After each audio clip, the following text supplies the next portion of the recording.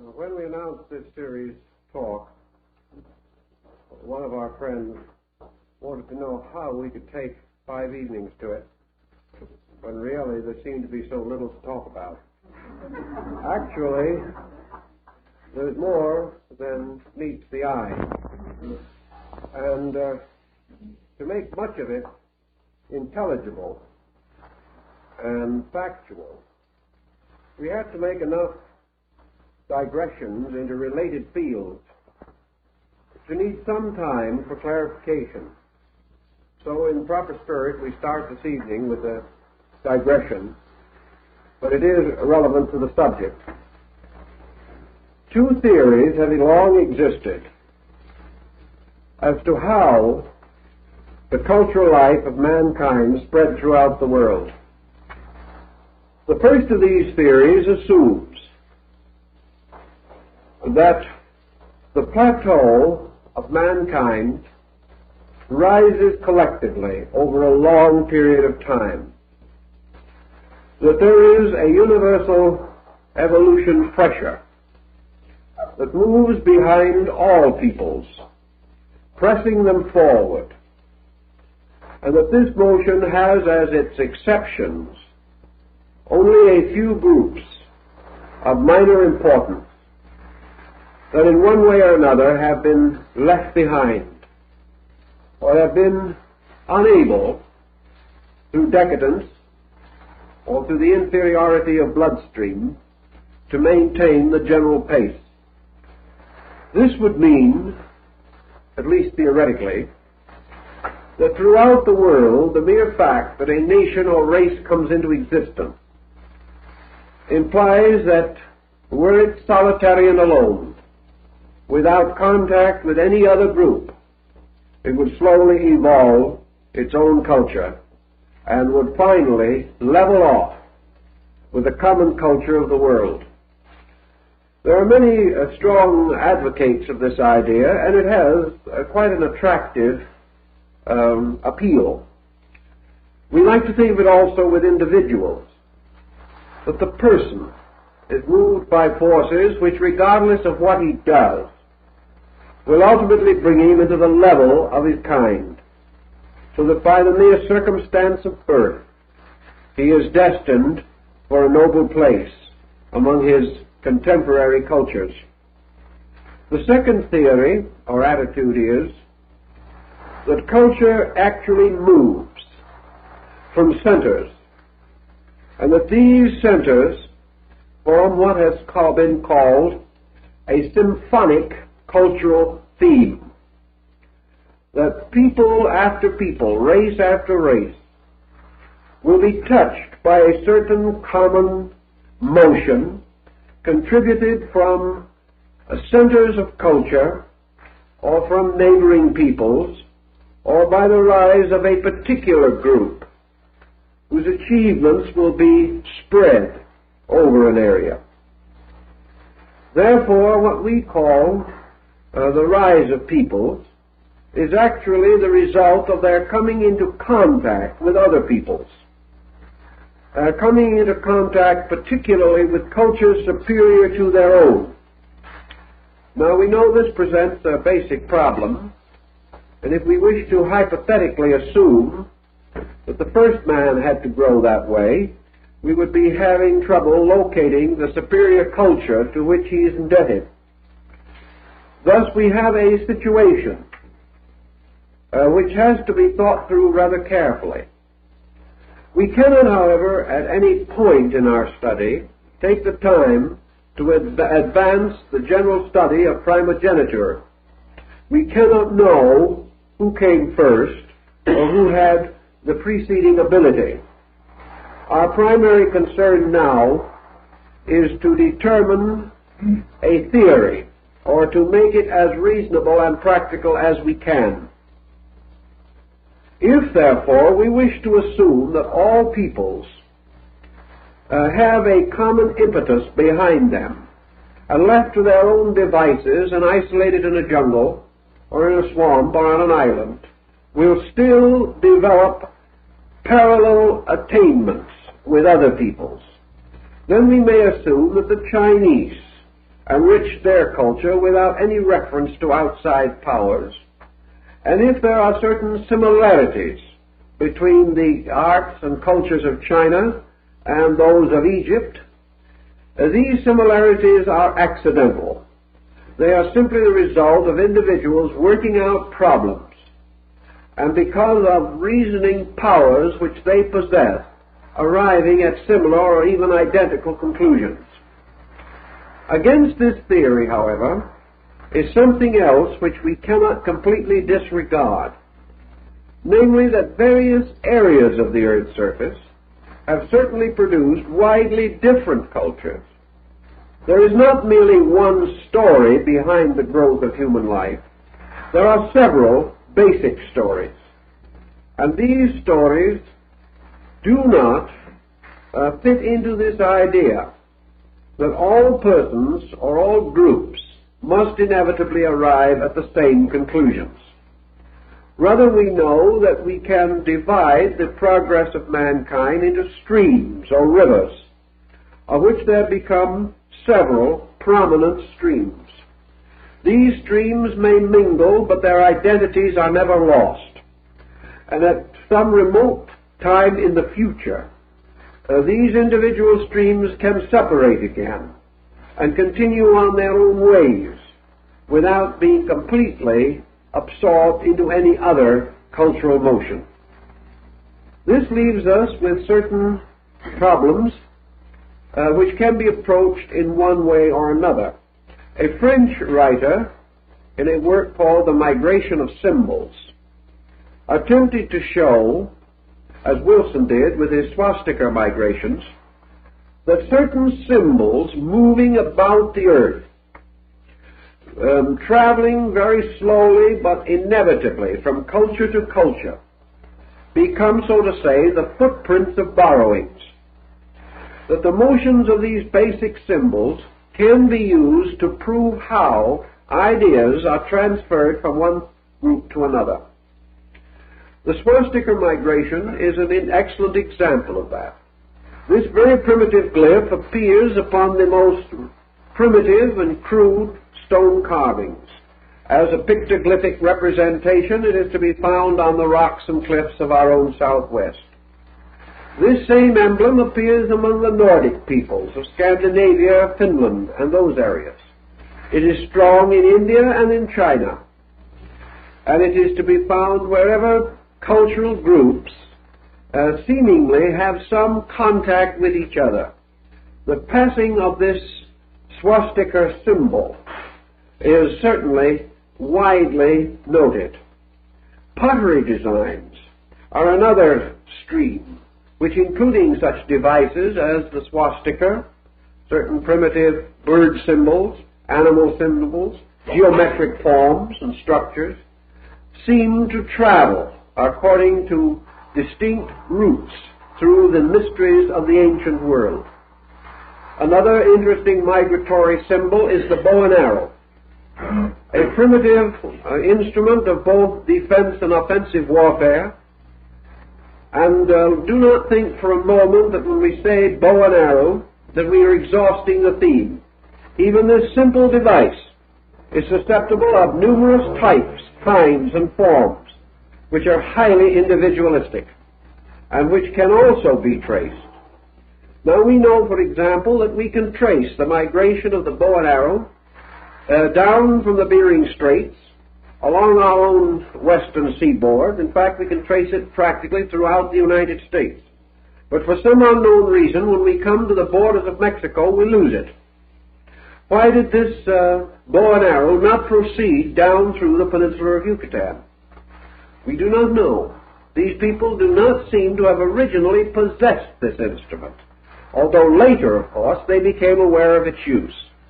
Their primitive instrument was the atlapal, the throwing stick. And this was their ancient and traditional weapon. Thus, this migration of the bow and arrow does not completely cover all areas any more than the swastika does, or the monolithic construction of ancient times, or certain types of drawings, carvings, and pottery, ornamentation, beadwork. the scarification of the skin, the development of various totems, taboos, and things of this nature. These all can be traced, and from their elaborate tracings, we are inclined to support the belief that these things did migrate, that there is a strong case for the belief that culture was contagious, that it passed from one people to another.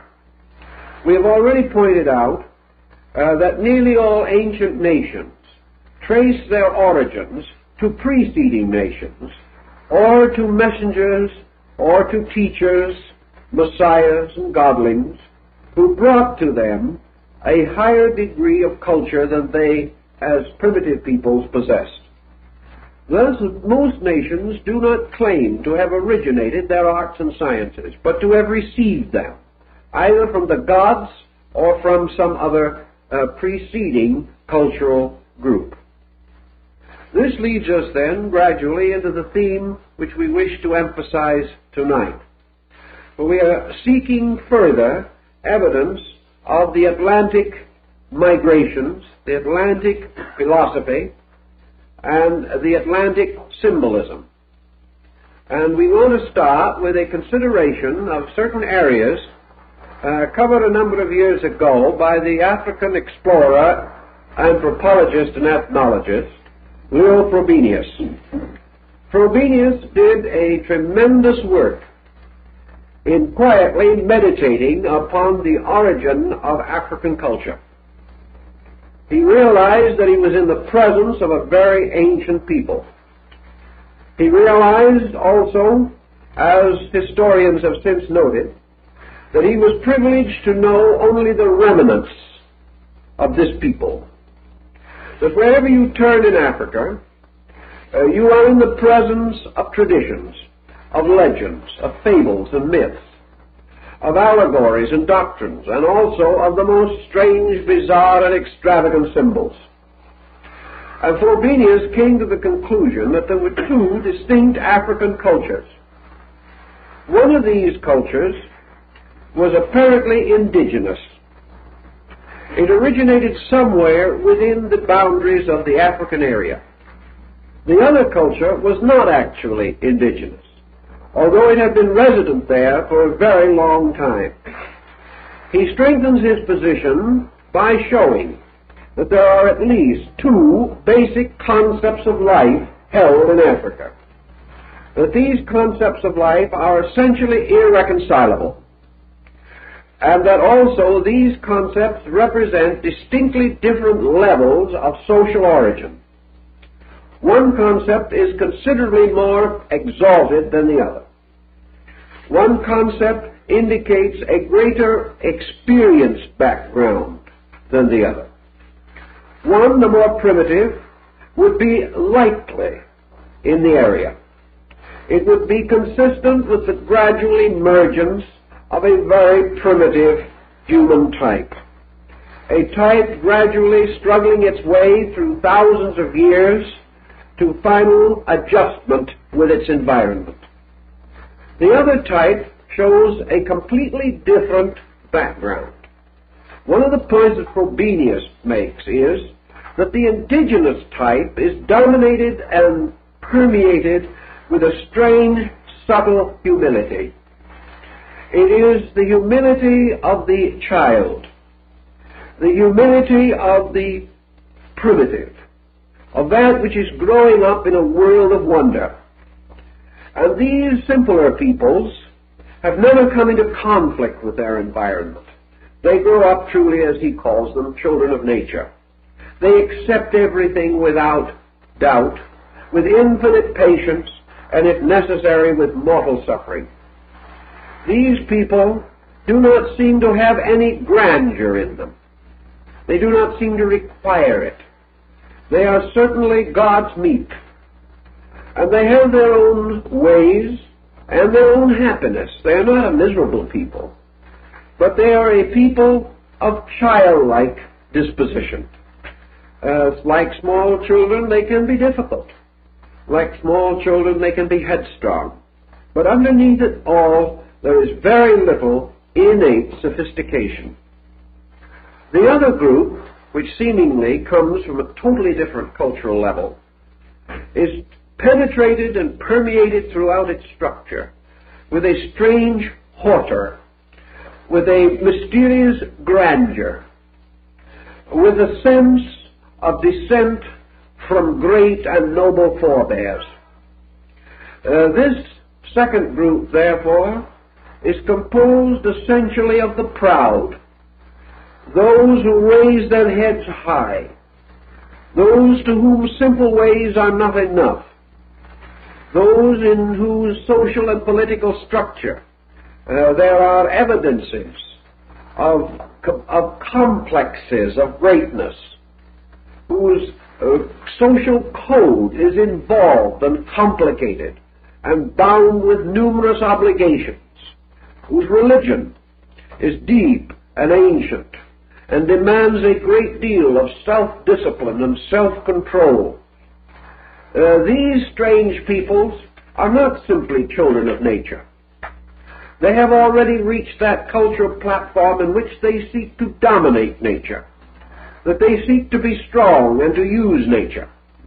They have already come to that time in which they will not accept inevitables, but will struggle against them to the death. These people have always had a proud heritage, and among them also there has been an astonishing maturity of arts and considerable basic growth in sciences. These peoples have much more cleverness, much more astuteness than those other tribes which seem to belong to a simpler stock. Most of all, perhaps, these proud ones, these ancient ones, like the brave, heroic, gigantic Ashantis, have this background of nobility. They dream back to kings and emperors and great empires. They look back upon a time in which they had vast temporal powers that have slipped away. And they believe and remember how their civilization was created by 16 gods who, descending from the skies, established these people as chosen, set apart and dedicated for a strange and wonderful destiny. Thus these strong, mysterious peoples feel themselves to be moved by a destiny, to have a purpose or a reason. Ambition has been born in them. Pride has grown in them. And we no longer have these simple, primitive peoples. This does not mean that the proud ones live visibly in great splendor. They do not. But comparatively, they live in a different way. Theirs is not the simple jungle village. Theirs is the town with broad avenues and streets, with palaces for their chiefs and rulers, with temples for their gods, with the actual architectural foundation of a mature community. These people believed in broad thoroughfares, in clean towns and villages, and they lived together on a level of considerable cultural refinement. They held obligations with sacredness. They kept their word. They punished their criminals. They rewarded the good. They sought the advice of the old and the wise. And these peoples applauded wisdom, regarded it as important, and held high offices open to the learned, whereas among the more primitive people, leadership was mostly in the hands of the physically strong. So these other groups had reached the point where they appreciated strength of mind above strength of body. And they did not really feel that they had grown up out of the jungle. They felt that they had been exiled into the jungle from a better state, from some ancient background that was real and deep and valuable. As might also be expected, these people were more belligerent, more aggressive, more likely to defend their domains. And when European nations came into contact with them, they found them much more difficult to colonize or to control or to subjugate because among these natives there was this sense of great dignity, and they refused to regard themselves merely as waifs in the African hinterland. They held themselves to be equal to any person who could come to them, and they wished to be treated as equals by the greatest, the bravest, and the strongest. Frobenius makes quite a careful study of these two types as telling something that is worth thinking about and remembering. Now, in the area which we call today Nigeria, which is divided into two general areas also, northern and southern Nigeria, we have the center of this particular aggressive, positive culture.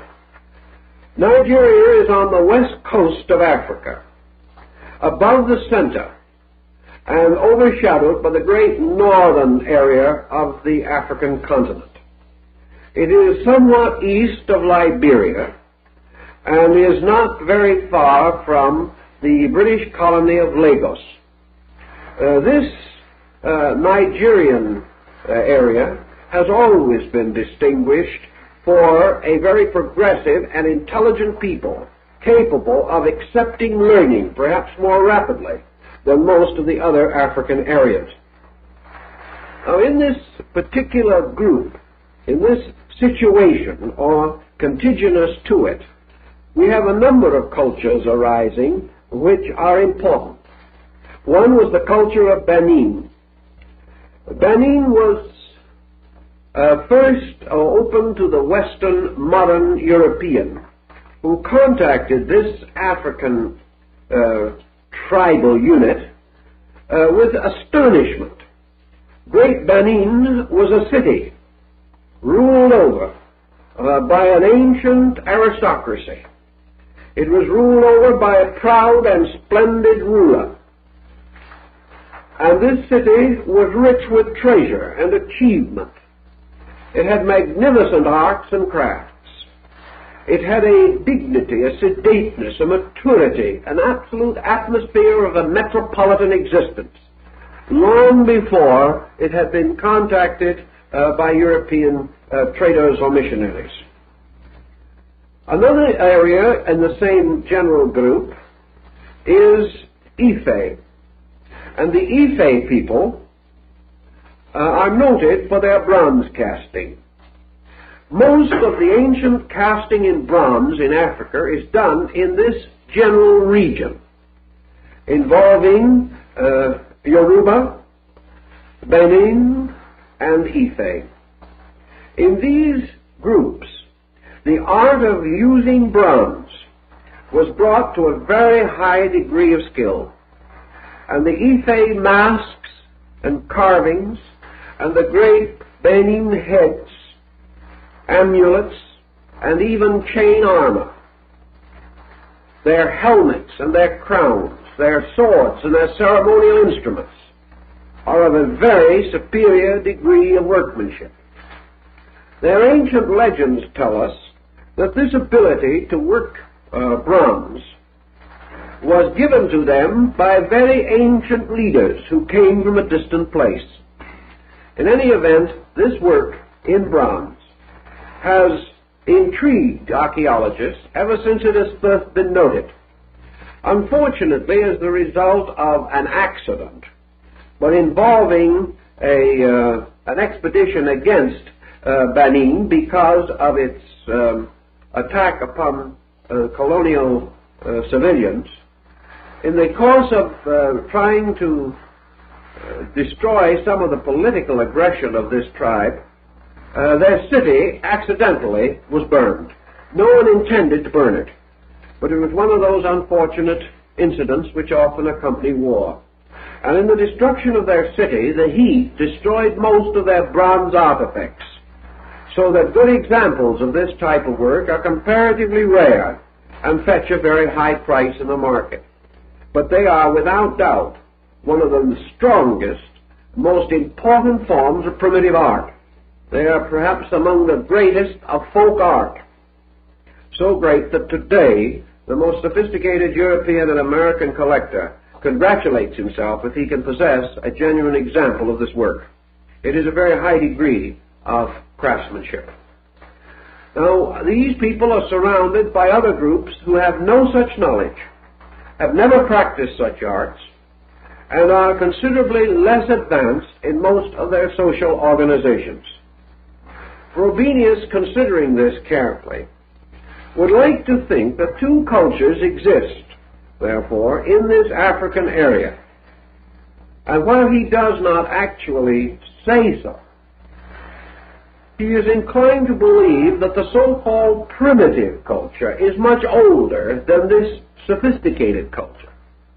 That the primitive culture represents an almost unchanging primordial state down through the ages, a culture which will respond to civilizing influences much more slowly than that in these important but limited areas. He considers the second group to be more recent, yet of course ancient, but having achieved a great deal more of pressureful progress due to incentive and drive within the people itself, that they therefore represent two kinds of stock. And Frobenius definitely states in his book that he believes that the Ife people and the Yoruba and the Benin people are actually Atlanteans. He has studied the Atlantic theory very carefully, and he bases his contention upon a series of important factors. First, he has analyzed not only the cults, the crafts and arts of these people, but their religious cults. He observes in the religion of this area the tremendous veneration for the sea god. These people claimed or believed that they descended from a god of the oceans. This sea god corresponds very closely with the Poseidon of the Greek legends. These people also had deep and distant memory of great cities, and most of all of an archetypal concept of the palace and the temple. Most of your African people have no such archetypal concept, but these groups recognize what Frobenius calls the archetypal templum, the idea of the great and glorious sanctuary in the center of the life of the people. These people also differ from other African tribes in their attitude toward the gods and the deities. To them, these deities are not ghosts, and therefore they cannot be regarded as simple animists, as some would like to believe. Frobenius discovered sufficient information to convince him that the hierarchy concept, the divine development of peoples from a god origin, was known to these groups and was part of their mystery ritual. Also, the Yorubis and others were perfectly aware of the existence of one supreme deity. They were not subject merely to nature worship.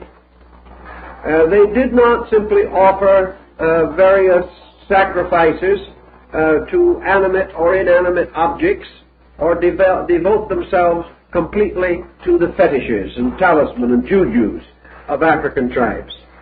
They had a strong central theological concept, a concept in which all men and mortals descended from divine parentage, that the gods came first, and in their effort to describe and to symbolize these gods, they reached into the subconscious of their own collective memory and brought forth noble and glorious convictions about these deities. Your truly primitive person does not do this. He grows up into his religion. But these people, such as the Ife, had the realization of a tremendously brilliant, glorious, divine world, a world of heroes, a world of persons possessing unusual talents, so that their gods were almost the equal, if not the equal, of the gods of the Latins and the Greeks. Heroic beings, possessing not only the strength of body and of mind, but graces and qualities. For among these people the gods of mercy were not unknown.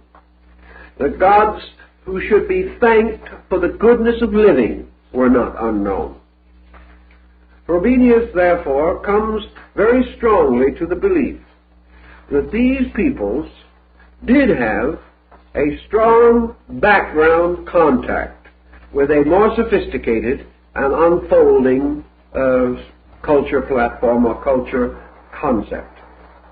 Now, another group of archaeologists and students moving in on this subject and remembering, as several of them did, the possibility of the Egyptian being a remnant of the Atlantean Empire, the Atlanteans who could not go home after the Athenian campaign because of the destruction of their continent, that the Egyptian might hold the clue to the mystery of Atlantis in Africa. The Egyptian does hold certain clues, there is no question about it. Budge, in his study of Osiris and the Egyptian resurrection, shows the motion southward from Egypt of the cultural stream of the Egyptians. He reminds us that for a long time the Egyptian empire was under the dynastic rulership of Ethiopian kings. And Budge is also quite certain that down in Central Africa, particularly in the area of the Ashanti, there is great evidence that these people migrated from Egypt, moving southward at a remote period and gradually falling away from the high level of culture to a comparatively lower level, that they were isolated from contact with the greater things that had moved them and dominated them, so that they finally relapsed into a more or less primitive state. As a proof of this particular point, Budge and several others have shown the resemblances between the ornamentations, the artifacts, the jewelry, adornment, rituals, and so forth of the present Ashanti and the ancient pieces excavated in the classical Egyptian area. There is much, therefore, to show that a comparatively high culture moved downward from North Africa into the central parts of the great African continent. Frobenius and many others have long felt that the legends and myths centering around the more inaccessible parts of the African continent should still be given a great deal of consideration. They believe that we may discover on that continent in time evidences of a very ancient and very high civilization. That we may sometime come upon ancient cities that will be as glorious as Corinth or Ephesus. That we may find ruins of magnificent palaces and temples belonging to a culture that has completely vanished from memory.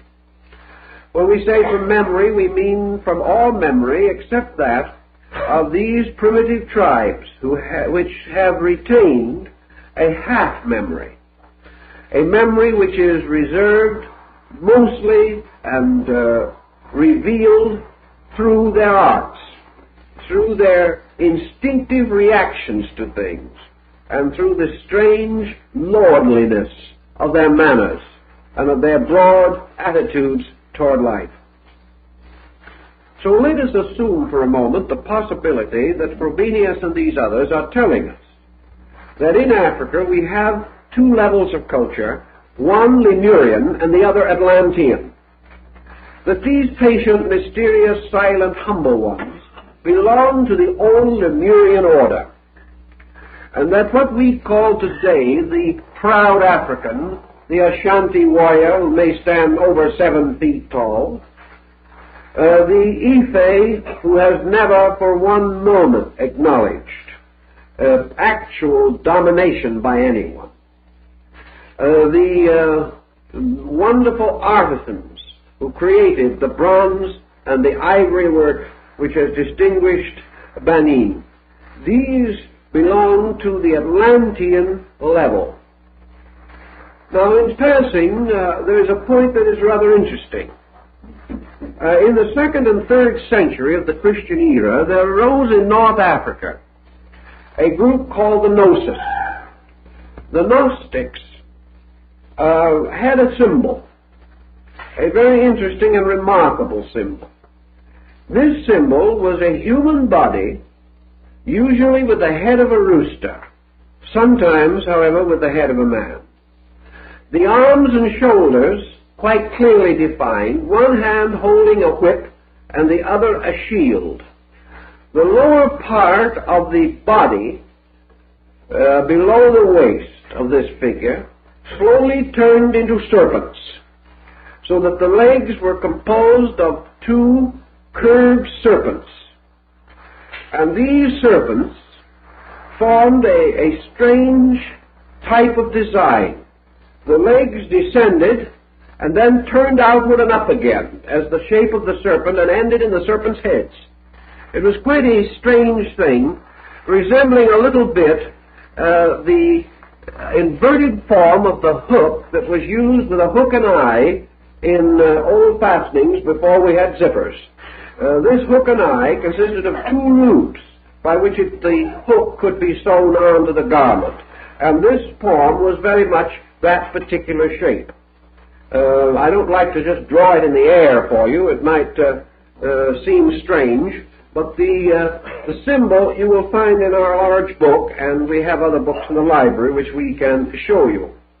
But the Gnostic deity Abraxas was represented in this way.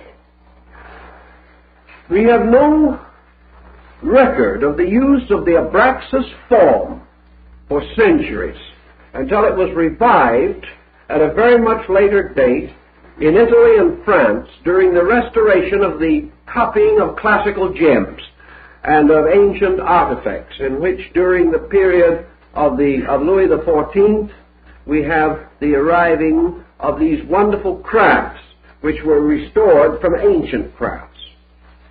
But a traveler reaching Great Benin before its destruction was permitted to see some of the ancient bronze work representing the ruler. In harmony with other peculiarities of this rite, the ruler of Benin was always represented as standing with his hands in this position and an assistant holding under each elbow. In other words, a servant, or perhaps a counselor, or perhaps a prince of the house, had the honor or dignity of standing one on each side and holding up the hands and arms of the ruler. The ruler perhaps had this requirement because he carried very heavy bronze ceremonial objects, which perhaps were so heavy that it was necessary for someone to help him maintain them in this outstretched position. But anyway, a figure stood on each side, holding up the arms of the obi, or the king, or the prince, so represented. The interesting thing is that the lower part of the body of the ruler ended with these serpent legs turned up and out again, exactly like the figures of the Gnosis in the 2nd and 3rd century of Egypt. No other place on earth does the Gnostic symbol appear except in the area around the Ife culture. This has caused several persons to question whether at some time there was not a strong cultural tradition moving southward out of Egypt and going further and further into the mysterious hinterland. Now in this also we have legends, as Budge and Breasted have both pointed out. And these legends would seem to indicate that the Ashantis and other peoples in the Central African area, who had apparently migrated southward from Egypt, did so to escape the persecutions that resulted in the destruction of their religions. These people represented a kind of high priesthood that moved south very much in the same way as the legends tell us another form of the Egyptian religious body moved into Europe to become the gypsies after the collapse of the classical civilization in the delta of the Nile region. In any event, these peoples of Central Africa claim to possess certain secrets, certain knowledge, certain sacred arts and sciences, and also that they have never lost their knowledge of the mystical arts and the magical practices of the ancient Egyptians. Here then comes another one of these migration factors. Your migration of magic is one of the most fascinating and extraordinary of all these themes. Magic moved upon a level. It traveled into distant places, always associated with certain rites and ceremonies.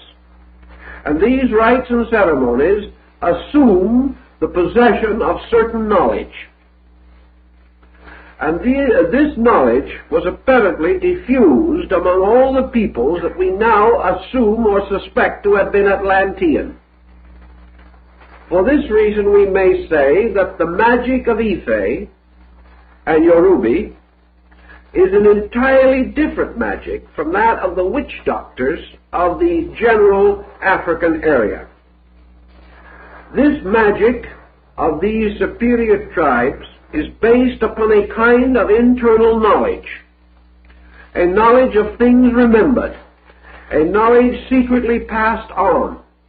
And because magic is always the basis of the secret society in African life, we are not surprised to find that among these people the secret society is an extremely strong structure, just as it was with the American Indian, just as we find in the Mede rituals and rites, and also in the Pueblo rites of the Southwest. These rituals have to do with the reception of the child or the young person into the religion of his tribe. And this religion includes the conferring of certain magical power. The power to achieve certain things through prayer, through meditation, through the cultivation of breath, through the preparation of magical symbols and designs like the Navajo sand paintings. There was always the magic ritual. Dr. Churchward, not the Moon Man, but his brother, who was a well-known archaeologist, Dr. Albert Churchward points out that in the African religious rituals, we have, like in the case of the Han Society in China, a drawing upon old religious beliefs, old legends, and old lore, anciently known, but then apparently forgotten. In the performance of their rites, nearly all primitive peoples do one of two things. They either make use of a highly involved structure which stands for the purpose as a permanent part of the furniture of their community, or else they build a particular and special structure according to ancient and traditional lines. And here we can step across into the Polynesian area and into the Pacific region and find certain definite parallels. Even in an area as near to us as the Hawaiian Islands, the religious initiation rites anciently included the construction of a kind of building practically identical with the Jewish tabernacle. It was divided into a larger and a smaller room and surrounded by an enclosed courtyard. An initiation consisted of advancing from the west to the east through the outer courtyard into the larger inner room and finally into the sanctum sanctorum, where stood or reposed the emblem or symbol of the divine power. The initiation included circumambulation, or the traveling about these rooms, the meeting of certain dangers and obstacles, and finally, in the final degree of the ritual, the communication of the essential mystery or secret of life. We find this also throughout the Polynesian area and down into the Dutch East Indies, into many regions where as yet we have made but slight effort to revive our knowledge of these cultures. Frobenius tells us something else that is of importance. He points out the peculiar effect of foreign religious imposition on the lives of these people. He points out that at various times these African natives have been converted to other faiths. There were some of them converted by Muslims. They have also been converted by Christian missionaries and peoples of that nature. And in many instances, these conversions have led to a considerable improvement in the social life of the primitive tribes. But wherever these conversions touched these high people, these strong people, something else happened. These people absorbed the new ideas, but were not converted. They fitted them into a pattern older than that which the missionary brought them. They accepted certain good things. They became aware, but they found a place for the new beliefs within the structure of their own, rather than being moved from their own into a new belief. He therefore comes to the conclusion that there has to have been, and still remain, a very great vitality in the convictions of these people, who were able to rationally adapt a new faith to their own, coming out with something that was better, but still their own, a condition which we do not generally observe where these missionaries impact upon a truly primitive group. So we have these possibilities to think about. Now let us consider for a moment, both in the Polynesians and in the African area, something about this mysterious ceremonial of initiation, which may and often does include the construction of a temporary symbolic structure to represent a universal mystery. We would assume that the preparation of this structure would call upon their most ancient beliefs and ideas, and this is essentially true. So we find in working into the secret societies of Africa, we find, for instance, that they made mounds and arranged rocks and prepared certain designs, much as our own Plains Indians did, always also creating labyrinths or mazes around and through which the candidates had to walk to symbolize, like the labyrinth of Crete, the mysterious and mortal involvement through which man passes. Discussing some of these points relating to the African thought, we can gain some interesting point. Their study of the heaven world, the universe from which this universe came, the orientation of our world in a space greater than this world, was known to the Yorubis and many of the other people. It was known to the people of Ife and also to the Ashanti. So what did they do? They symbolized the primitive world, the divine world, the home of the gods, by a mountain. They placed this in the form of a mound in the central or most sacred part of their ceremonial structure. It was from this mountain that life came. It descended down the mountain. It spread from this mountain all over the world. This mountain of the gods, or the heaven mountain, on the summit of which, in the sky, is the abode of the immortals, is certainly your Asgard, your Olympus, and your Meru. These people had some basic association with these older beliefs. From this mountain also there descended the will of the gods, the messengers, and the ancient ones. For the world was first populated by gods who descended from the mountain. In the ancient Indic culture, this mountain would have been the Meru, and the descent would have been upon the polar cap, from which the great progressive development of continents was believed to have taken place.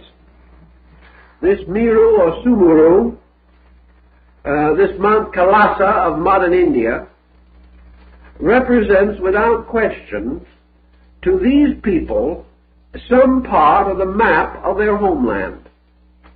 The ancient symbolic representations of Atlantis indicate that the city of the Golden Gate was upon the side of a mountain, and that the entire Atlantic area was surmounted by a peak, which was the abode of the gods.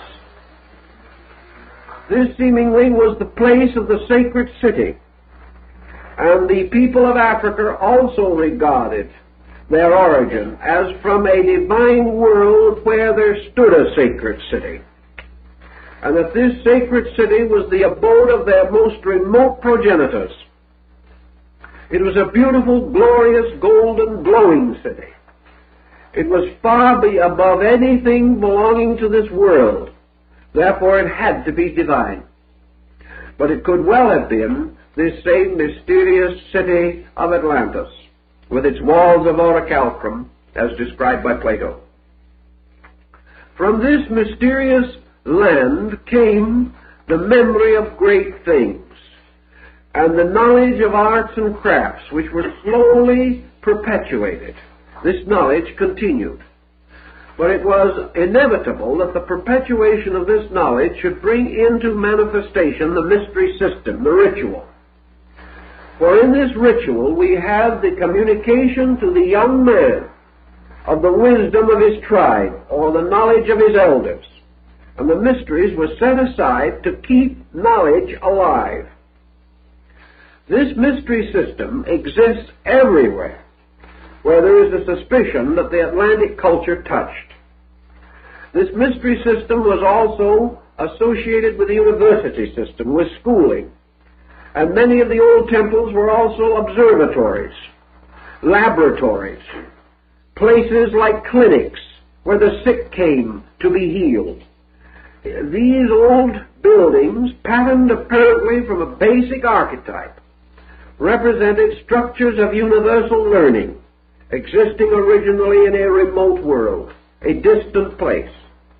And as time went on and these peoples wandered from this land, they could no longer build such temples, they could no longer leave such monuments, but they left in the place of them symbolic ritualistic structures, each one of which was in memory of the great building. Higgins, in his Masonic researches, points out that scattered about the world are a series of magnificent and ancient ruins. Each one of these ruins is in a way equally mysterious. We have very little satisfactory account of their building or even of the time in which they were built. Many of them stand now deserted in jungles. What happened to their peoples we do not know. Two good examples of these deserted areas, deserted even after the rise of European culture, would be Angkor Wat in Cambodia, the great center of the Khmer culture, and the peninsula of Yucatan, the great center of the later Maya culture in the Western Hemisphere. Both of these areas were deserted within the last 1,000 years. No one knows why. No one knows what happened to the people. And there is really no knowledge as to the basic design, purpose, or pattern beneath these great remains. We study them, however, and we come immediately to one realization. All these monuments are built upon one grand theme.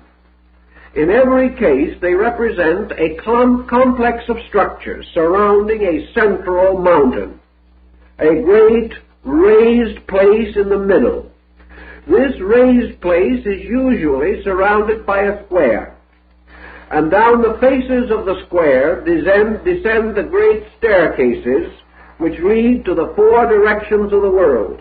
This is the motive in the central building of Angkor Wat, and it is the same motive exactly that we find in the temple of Kukulkan at Chichen Itza in Yucatan.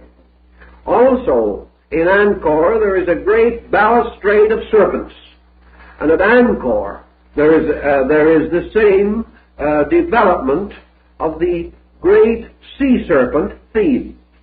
This comes back to us at Chichen Itza, for the balustrades of the Great Pyramid are conventionalized serpents, and at the foot of each of the great staircases is the head of the serpent. Thus, the combination of the pyramid and the serpent occurs in many areas, and wherever the pyramid arises in mythology and legendary, it is universally assumed that it represents a great mountain. It is a symbol of the world mountain, the mother mountain, the great mountain of the Jains in India, which is the axis mountain of the earth.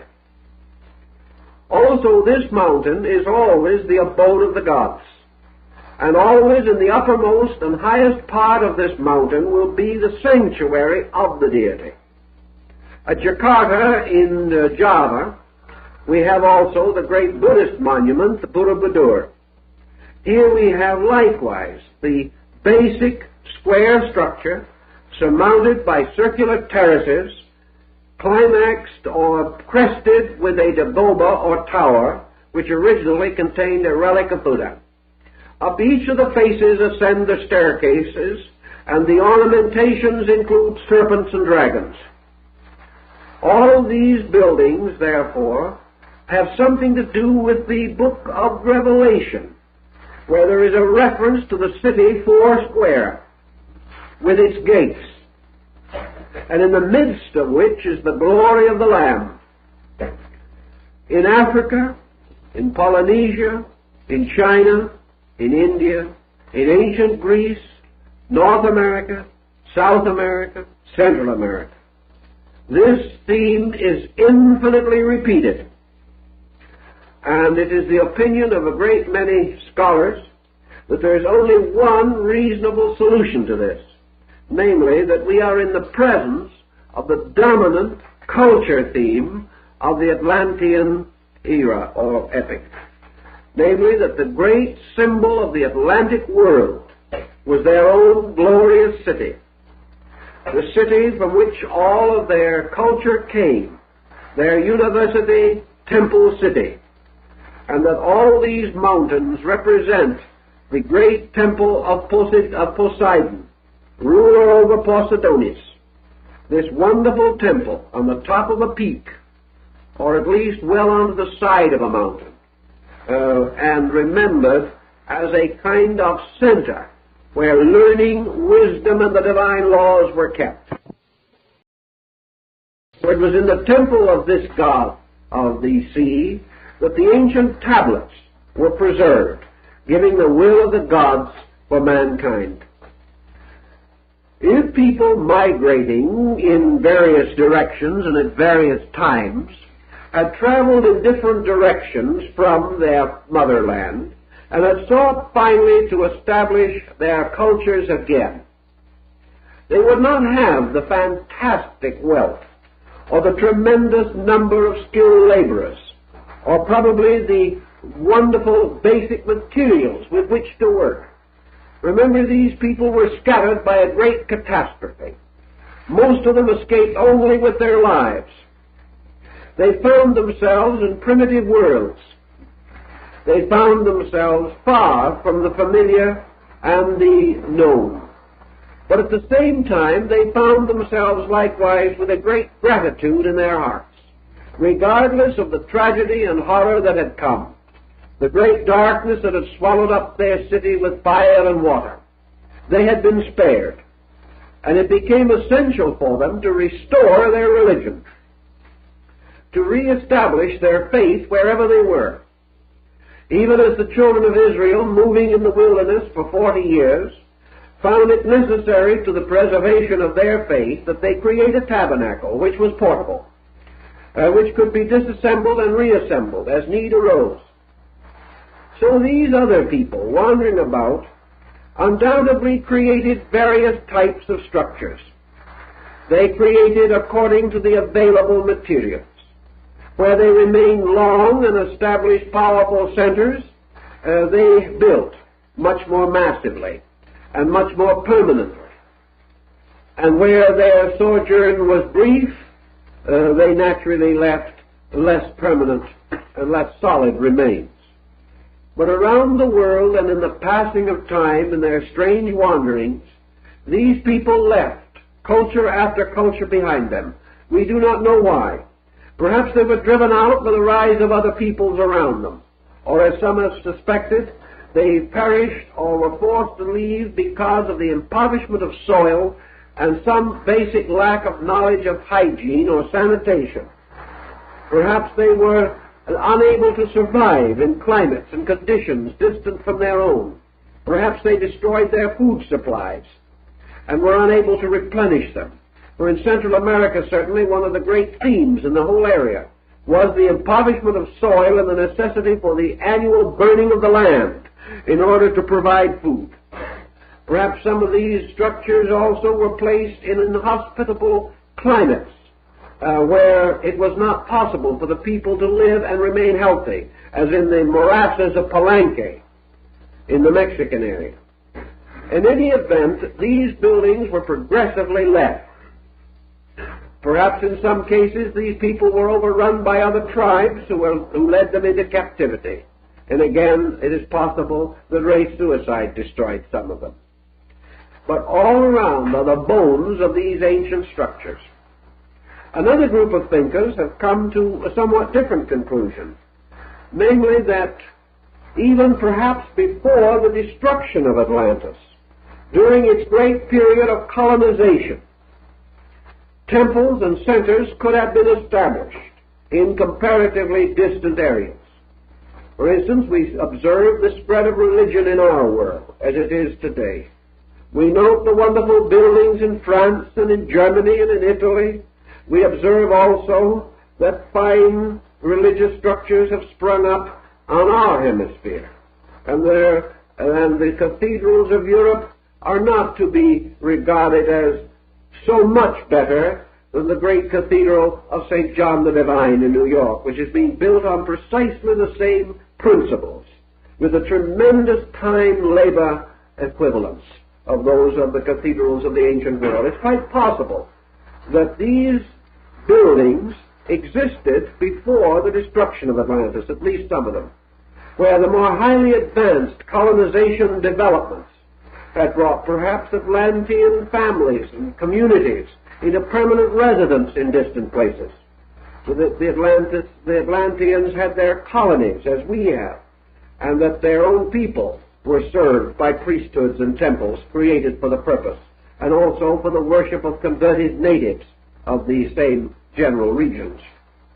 If this great colonizing plan collapsed due to the destruction of its central island, then it is quite possible that the peoples gradually drifted away from the knowledge of the arts and sciences which were originally taught.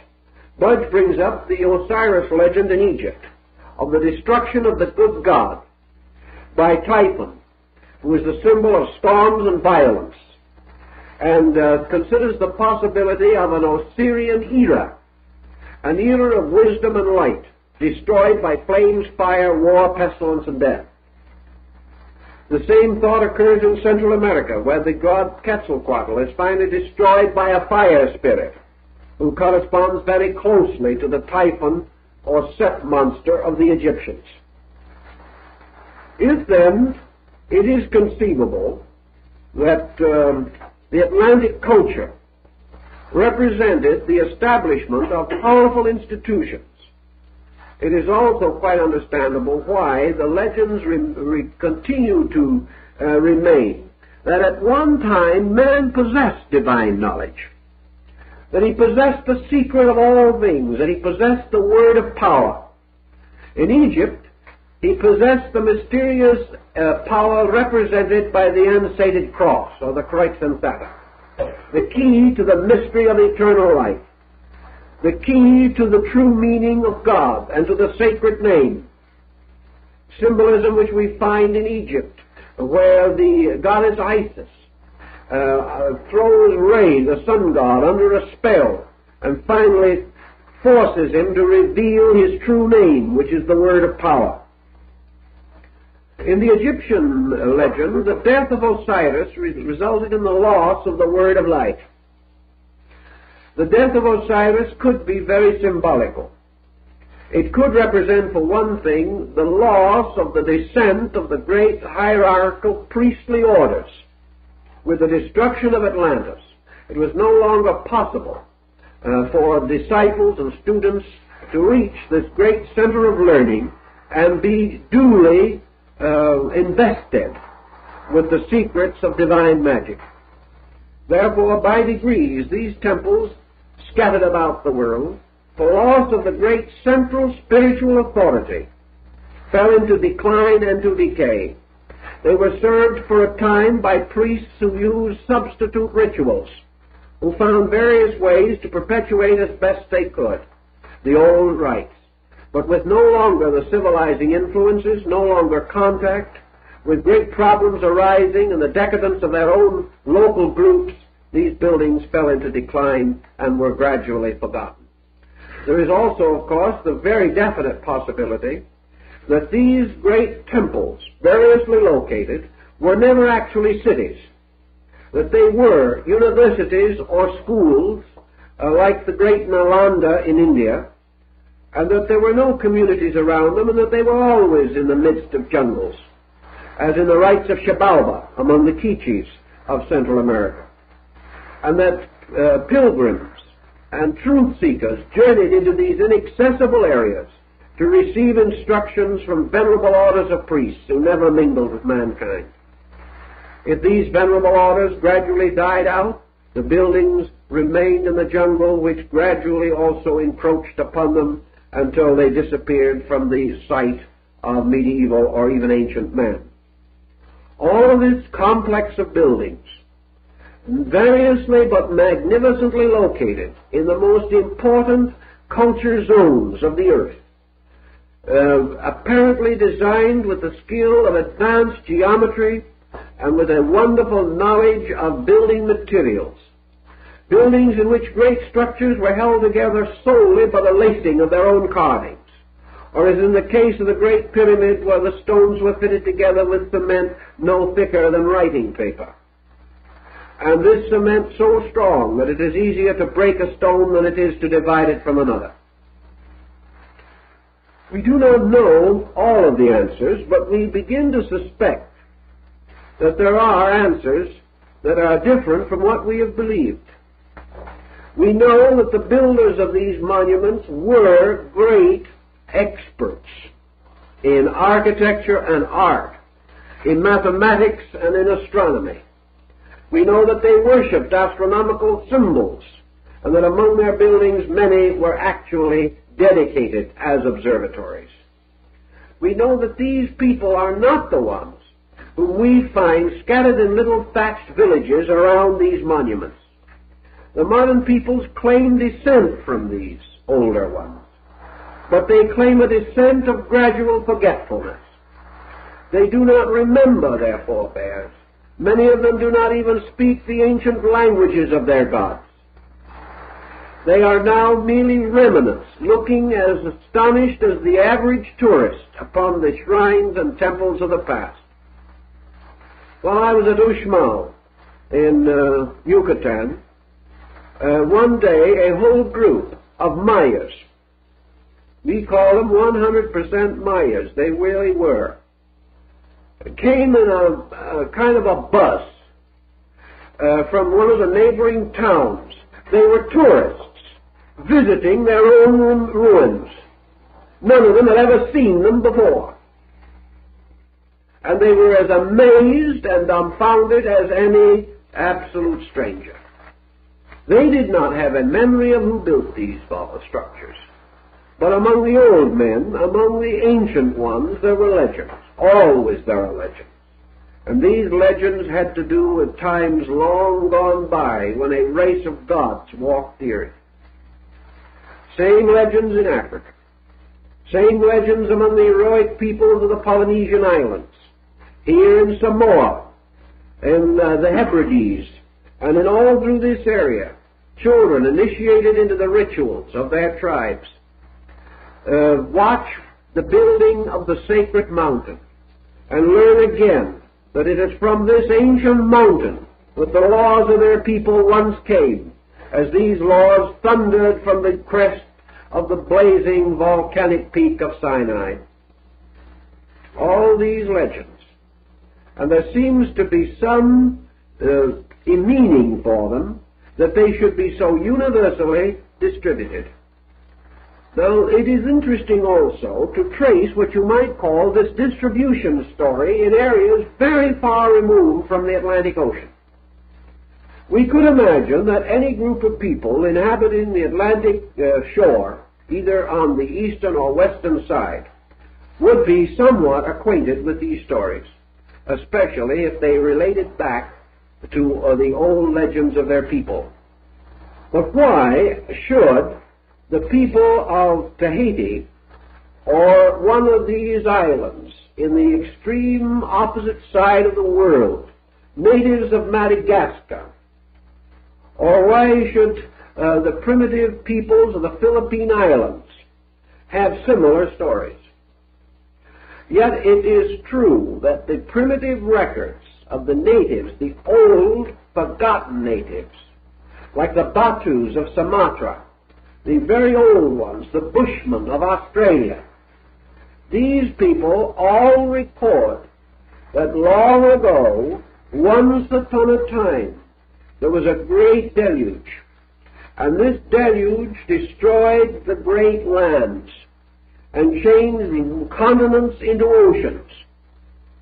And at that time, great cultures, great races of giants, races of heroic beings, even the gods and demigods themselves, vanished away in a Ragnarok of fire and destruction.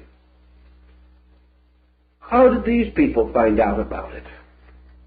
What is the reason for their memory? Why is the story of the deluge still carefully traced upon the totem poles of our Alaskan and Canadian Indians? Yet they have their deluge myth, just as surely as did the people of Mesopotamia. There has to be another and a little more light cast upon this situation. Assuming for a moment now what we must assume, from actual available record, there should have been, and well was, a long continental shelf extending out from India and involving part of Australia, a tremendous area, on which most of what we call the Polynesian and Malaysian islands, or Melanesian islands, are a part. But just as surely as we had a continental shelf in the Atlantic, we had a vast shelf in the Indian Ocean, a shelf of land area perhaps as large as that we associate with Atlantis. It is difficult to imagine what may have happened. It is possible that at a very remote time, the sinking of this Lemurian shelf in the Asiatic side, the Gondwana land of ancient legend and lore, resulted in the emergence of Atlantis. Or it is possible that the great cataclysm which destroyed Atlantis also shook down this Pacific shelf, causing in that way what might well have passed to be something more important than we think of in connection with Atlantis. If the Atlantic catastrophe was not merely located in the Atlantic basin, but represented some tremendous cataclysm that involved both the eastern and western hemispheres, and the possibility that these disorders and these changes affected tides and water distributions, causing perhaps the entire Atlantic, Pacific, Indian Ocean group to be agitated, disturbed. Then perhaps we could understand why the peoples of the Eastern Hemisphere could have and would have a similar story.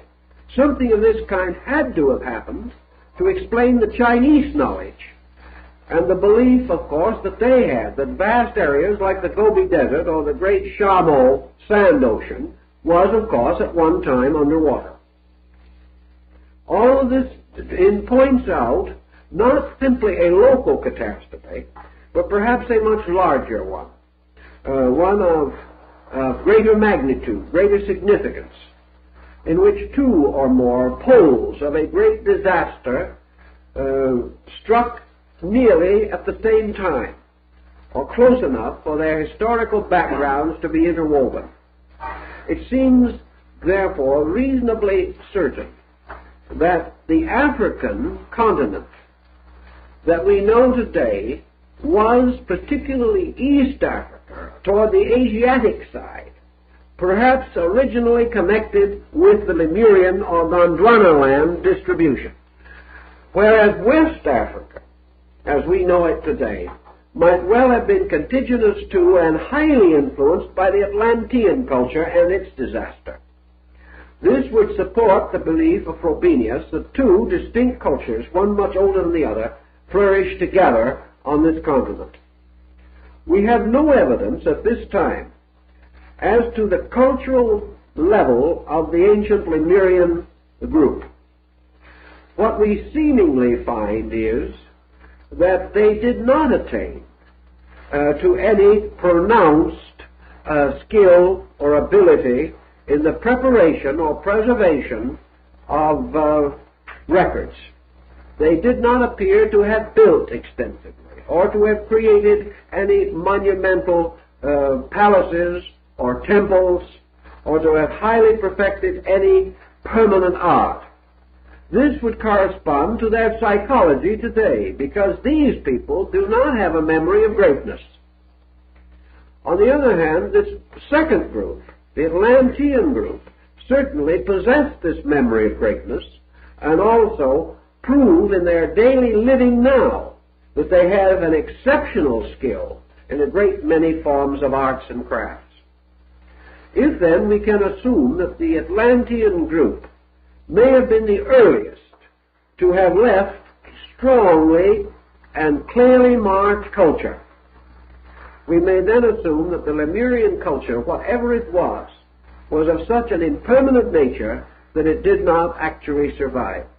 There is the possibility that these people did have a knowledge of monolithic stones and the simple methods of moving them as preserved today in the remnants of Easter Island.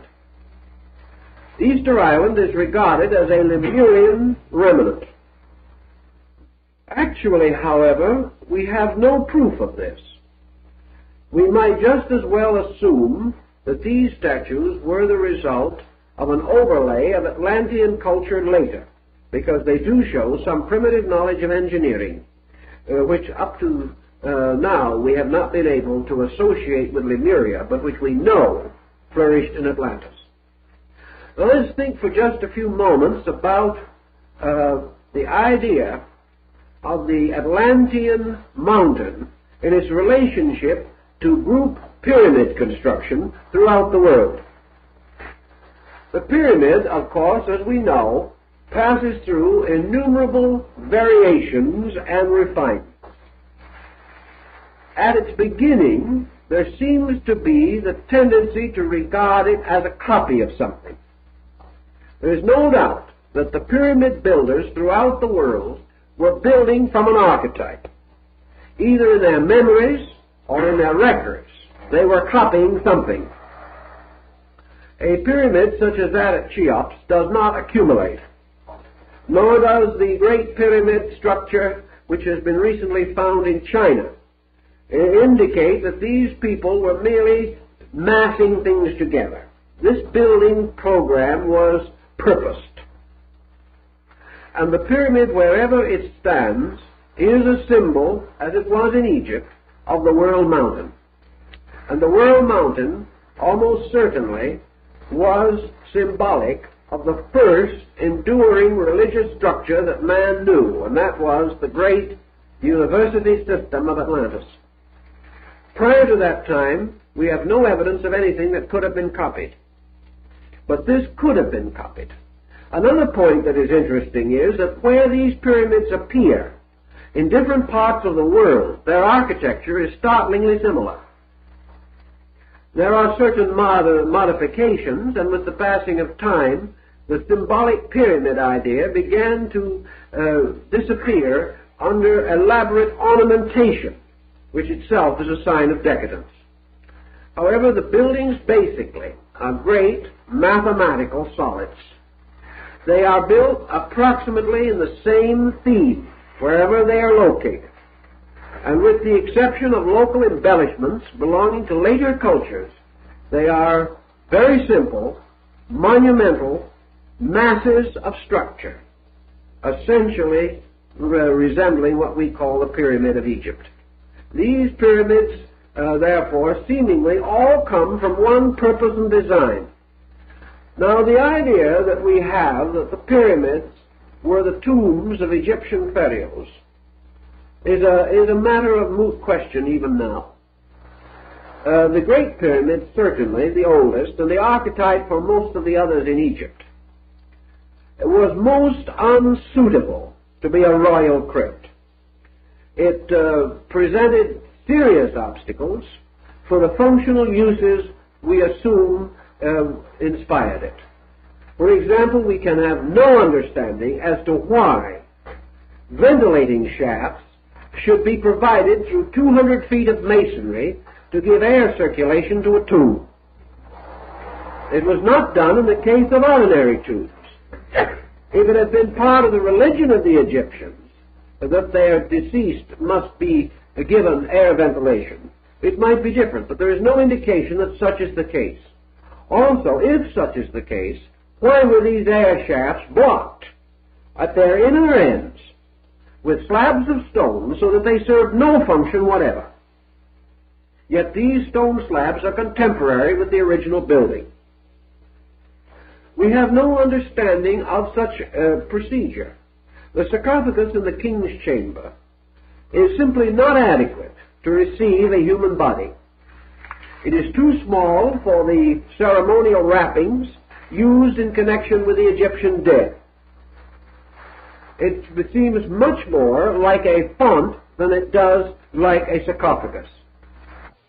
Even a comparatively unimportant second or third grade prince would have had a sarcophagus 3 times the size of the one in the Great Pyramid. And yet this was supposedly for the King of Kings, the ruler of them all. Even without additional mummy wrappings or without additional means of the preserving of the body, it would have been difficult to simply get the corpse into the sarcophagus. Something else was evidently intended, and the tomb idea was imposed upon it later. What the building was originally intended for must cause considerable thought, unless we again assume that it was copied from one of the sacred structures of the ancient Atlantean Empire, that it had a meaning deep and mysterious for these people, a meaning which perhaps rooted in their religion, in their spiritual conviction, and was used in connection with the initiatory rites by means of which their knowledge was transmitted. This is quite conceivable also in the fact that there is a well-established report that Plato was initiated in the Great Pyramid. Yet at the time of Plato there was no visible entrance. Therefore, such entrance had to have been through some subterranean connection between the pyramid and other structures. Rumors of such a connection have long endured, but the connection has not yet been clearly identified. But this does not mean that it did not exist. Harmachis, the great Sphinx, is another riddle that goes back to an old way of life. The composite Sphinx monster perhaps is again part of the Atlantean story, having to do with their religious system and rites. Irish people claim that the first teachers of their race came not from the east, from Europe, but from the west, and that ancient robed priests came out of the ocean on the west coast of Ireland, and that these were the ones who instructed them. The Irish have a considerable folklore dealing with Atlantis. There is also a great deal of lore relating to this in the Spanish area and in Portugal. And of course, what is left of North Africa bears testimony to the same basic accounts. Thus we have the indication of a stratification of cultures, which becomes a strong defending point in support of our Atlantis hypothesis. We can summarize this hypothesis as we have progressed it this evening, then, with certain additional points that we had not previously clarified or brought up. First, that there are evidences of the survival of Atlantean peoples, vestiges of peoples who have, for one reason or another, remained completely separate, have held on to their traditions, have regarded themselves as dedicated to a sacred destiny, and therefore regarding themselves also with a strange, deep, unchanging pride, a hauteur about themselves, the sense of being a chosen people, a people intended for some strange work of preserving, without law, an ancient tradition. This chosen concept certainly moved the Aryas from northern Asia, for the word Aryan means the chosen, or the selected, or the set-apart ones. Similar records occur in China. The Chinese people were the peculiarly selected ones of the Great Father. Their work was predestined for them. They had to carry on a tradition. We can pause again for a moment and say, how old is China? And China is one of the most disappointing countries in the world to approach archaeologically and ethnologically. We assume beyond doubt the vast antiquity of China, but we cannot prove it. We know that China's records are not nearly as adequate as those of Egypt, nor do they go back as far. But behind these records, again, is a mystery. A mystery of a China that existed in a golden age, a China that was remembered faintly in the stories preserved by Confucius and Mencius, and in the annals of the kings, the Shu King of China, the great historical and political writings. So we come to the Greeks, the Chinese, the Hindus, and now comes something else. Out of all of this comes the story of the Golden Age. The story of the ancient time, which was more splendid than any other time that man has ever known. This Golden Age theory corresponds also with the Golden Age of India.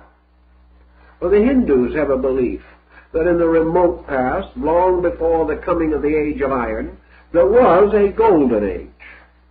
That this Golden Age failed into an Age of Silver. That this in turn fell into an Age of Bronze. And that finally this gave way to an Age of Iron, or an Age of Death. And these four ages are the four horsemen of the apocalypse who ride forth to the corners of the world. And they are the four yugas of Indian philosophy. These ages all stem from a golden age. And this golden age is remembered in Africa and remembered by the primitive Plains Indians of our own country, remembered by the Eskimo, remembered by the native of the South Pacific. Everywhere there is a memory of the golden age. When it was, no one seems to know.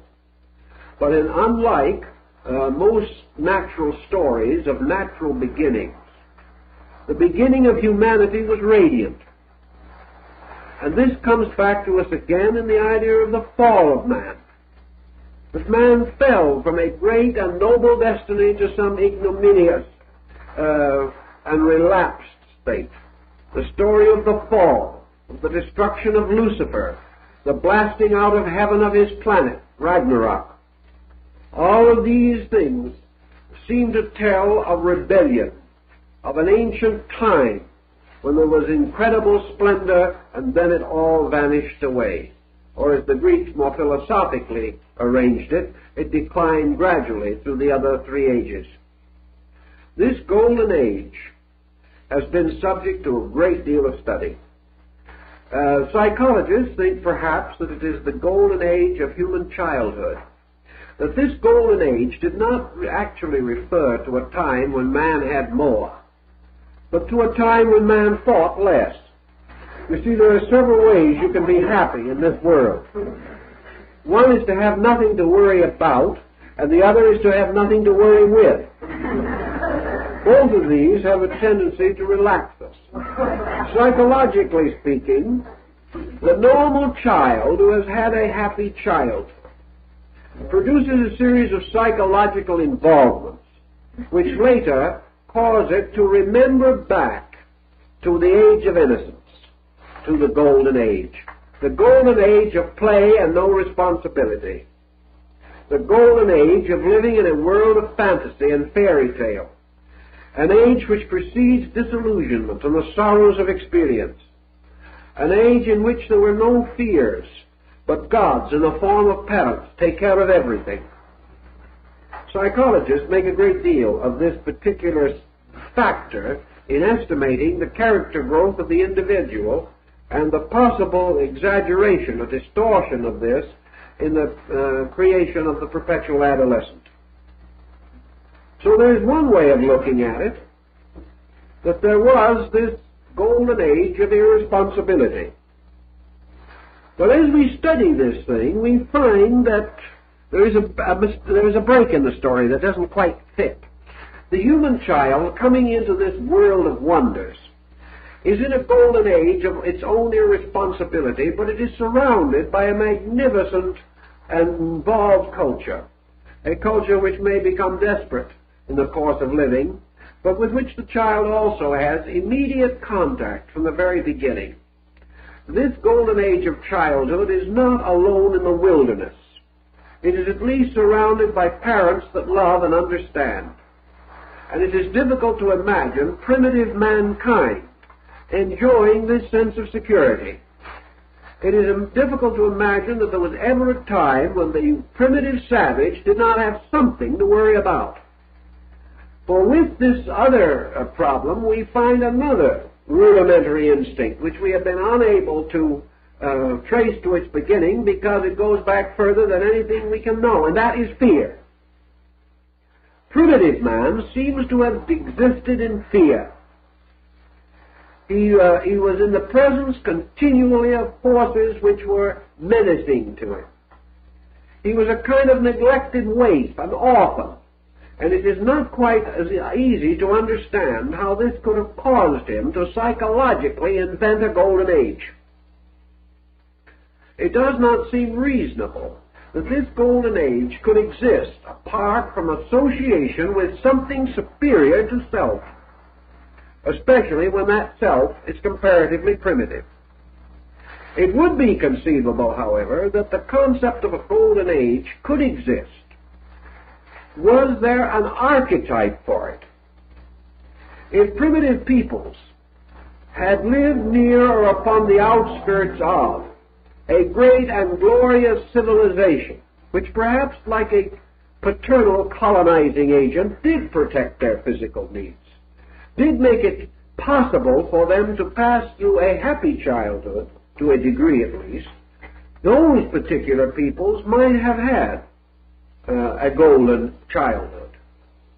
Even then, however, there is evidence, as in the case of many children, that this golden childhood is burdened with fears, and that even the best environment cannot prevent the child from ultimately being exposed to that which causes fear.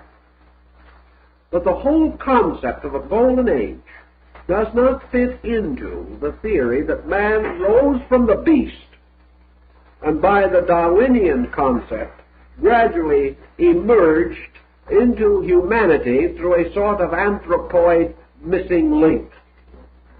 Something is wrong with the picture.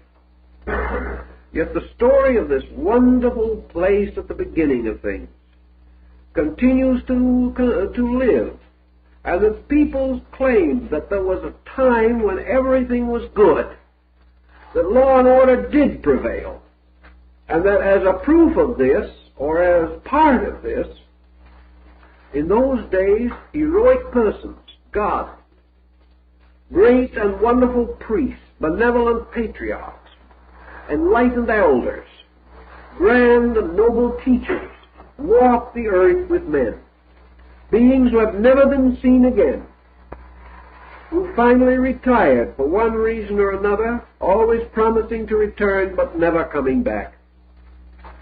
That all this could have belonged to a great civilizing theme that was wiped away and left in its place only a strange void, would seem to be a more reasonable answer. The city of the gods vanished. It did not go back up into heaven. Nobody ever said it did.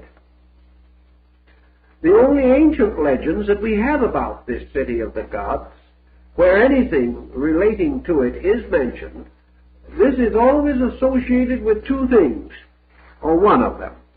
First of all, that these peoples, living in this peace and glory and happiness, disobeyed. And through this disobedience, they forfeited their share in this golden city, and were sent out of the garden like Adam and Eve, cast out into a wilderness, and were forced to clothe themselves with the skins of animals, and that the angels were placed at the gates of Eden with a flaming sword to prevent these sinners from ever getting back in again. That they, from this paradisical world, they were forced out into a world of suffering and pain and death. That is one version of the story. Where the fall version, or the descent of man, or the loss of the divine prerogatives, is not present, then we have the simple account that at an ancient time this world of the gods was destroyed, that it vanished, that it wasn't there anymore. And nearly always this vanishing is attended by combustion and destruction, as in the twilight of the Nordic gods. Either the gods failed and died, or man failed and lost the right to share in the glory of the gods. In any event, man lost his golden age. He was cast out into responsibility. He had to grow up in a strange wilderness.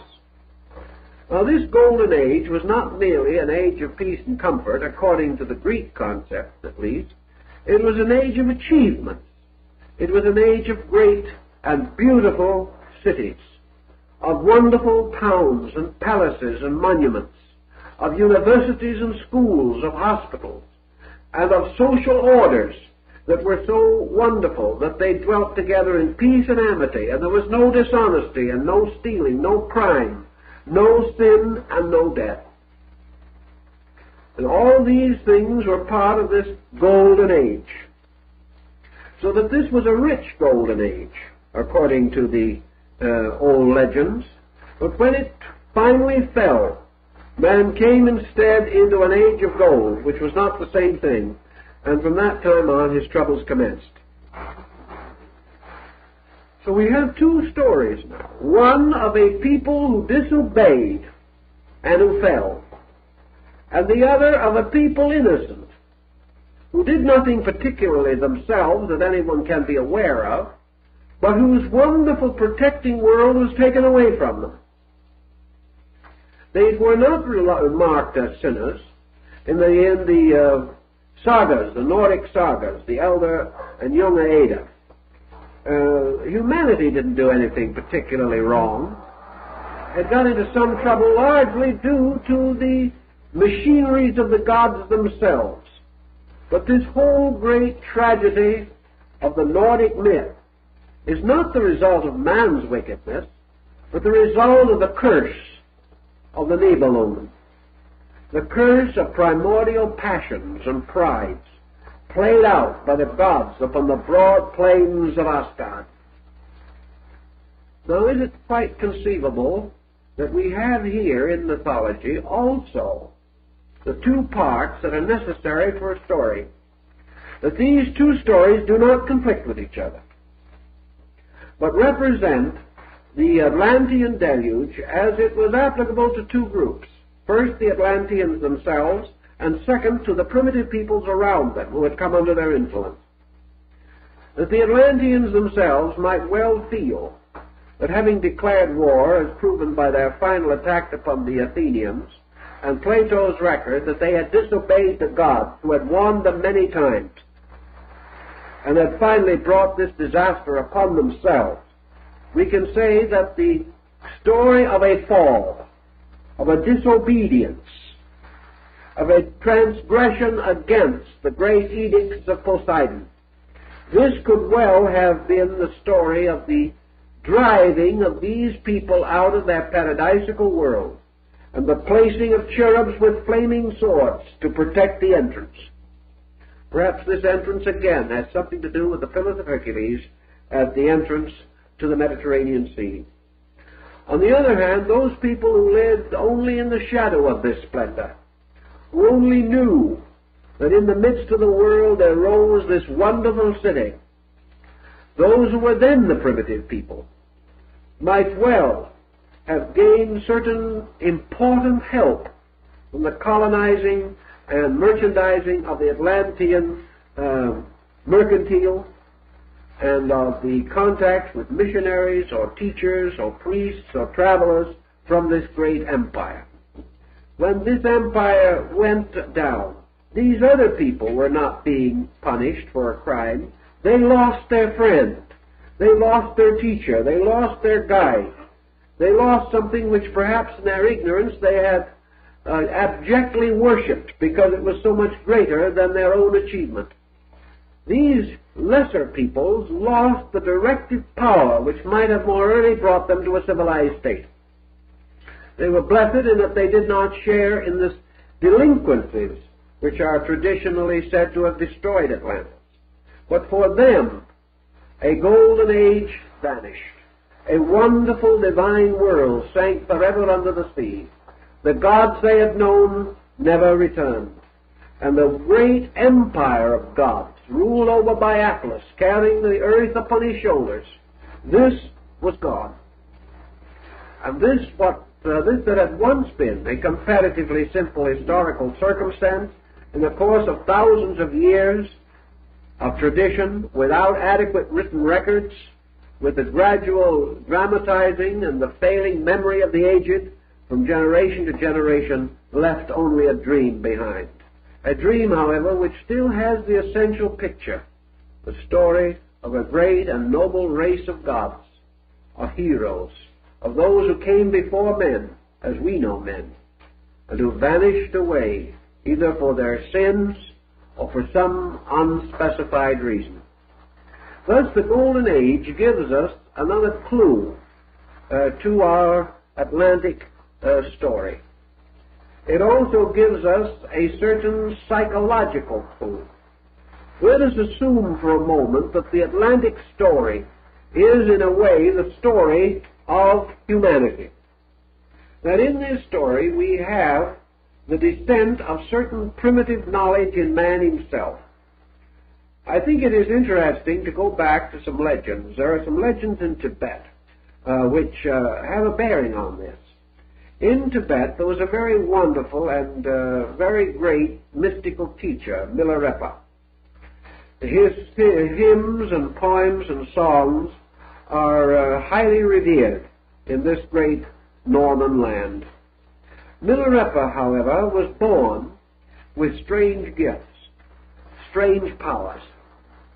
As a small child, he suddenly discovered that within his consciousness there was the ability to affect almost anything he came in contact with. He was a born miracle worker. But as a small child, he didn't know what to do about it. And because he was a small child, and because he was subject to all the natural instincts of children, he began to use this power wrongly. When people heard him, he murmured some strange words that he came to understand in his heart, and these people fell dead. He was able to destroy them with a glance.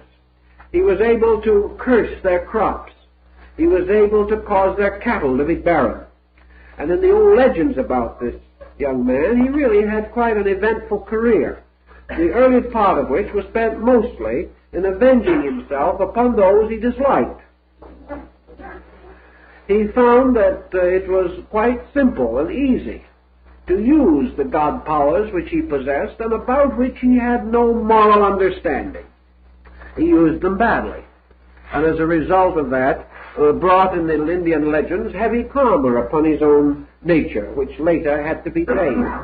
But growing older, he began to be more responsible, and having passed out of the foolishness and selfishness of childhood, he associated himself with learned teachers and good monks and abbots, and in time grew to renounce the world and to dedicate his entire life only to the works of good, thus to pay the debts of his earlier misdeeds and also to become the servant and saint that he was later to become. And this formula in substance is behind many saints of Western lands, for many saints were reformed sinners. Now, applied to our Atlantis problem, we seem to see another peculiarity of human nature. Primitive man certainly possessed a psychic contact with life, which we no longer possess. As primitive man, he may have developed his knowledge of this to a prodigious degree, and built a civilization strong and tall with pride, the pride of his ability to control nature. And out of his arrogance and selfishness, he set the factors in motion which ultimately undid his own empire, destroyed it, by his selfishness and by the misuse of power.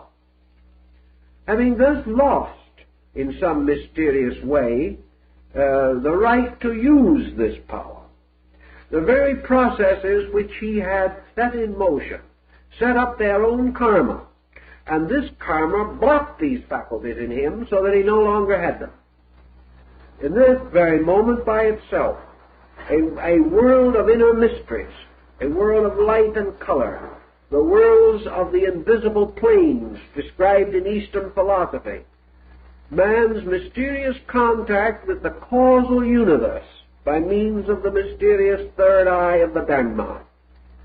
This would have been blocked out, and he would have seen another world of the gods gradually vanish before him, because he had broken faith with the principles and powers by which he had the right to know this world. So Plato could well have drawn upon this concept also, and this could have its part in the story of the Golden Age. But the Golden Age could also have been one in which man, conscious both on the material level and on the internal, intuitive, apperceptive level, could therefore have built a strange world for himself here, based upon his insight into a spiritual world with which he still had contact. He could have lived in two worlds and fashioned a most glamorous shadow here of the world that he knew there. He could have created, therefore, in his primitive knowledge or his primitive insight, intuitively, instinctively, a great world that was not the product of his own reason, but was the product of the fact that he still possessed the internal contacts with the causal universe around him. Then, as he gradually developed his own intellect, as he gradually strengthened his mind and his resources, and became more and more objectively polarized, the Indian legends tell us that this third eye retired into the brain and ceased to be active. And by degrees, this mysterious world of the gods faded out, and he was left entirely to his own resources.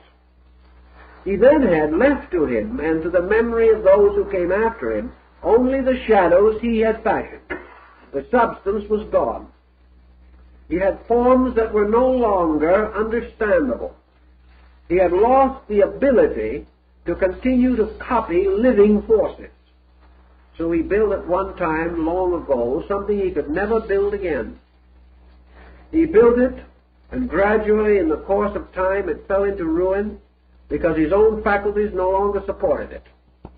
And thus your golden age and your ancient worlds and all these things can be part of one tremendous cosmic drama, each a recapitulation or symbolic projection of the other.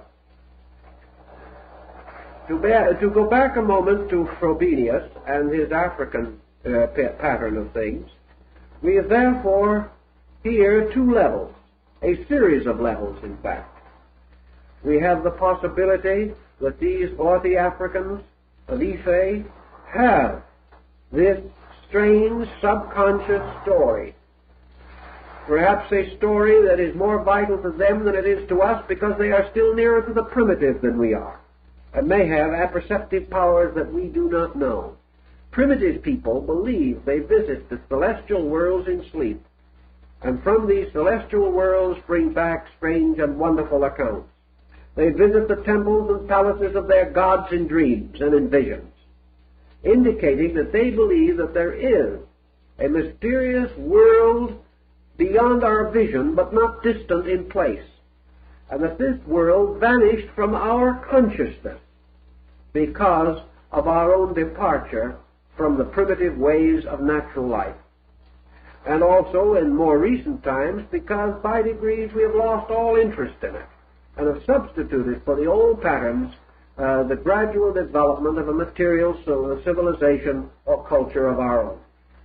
Frobenius seems to feel that the African peoples form a strong proving link to the various Atlantic hypotheses, and that by studying in those areas we would come directly into not only the legends, but the ancient rituals and the ceremonies and the mystical rites which may once have belonged to Atlantis, may have caused its rise or may have brought its fall, but that this entire ancient world is supported upon a strange, shadowy framework of magic, and that it is the divine magic which the gods gave and which the Atlanteans perverted that is supposed to have caused their fall. So that in these areas we get a further development of these stories. And the Africans themselves do believe, many of them, that they came from this glorious world of long ago. And if we are to search for it anywhere in the material sphere, it would seem to tie in to the broad concept of the Atlantic continent. And now we are 1 minute over time, so we're going to have to stop.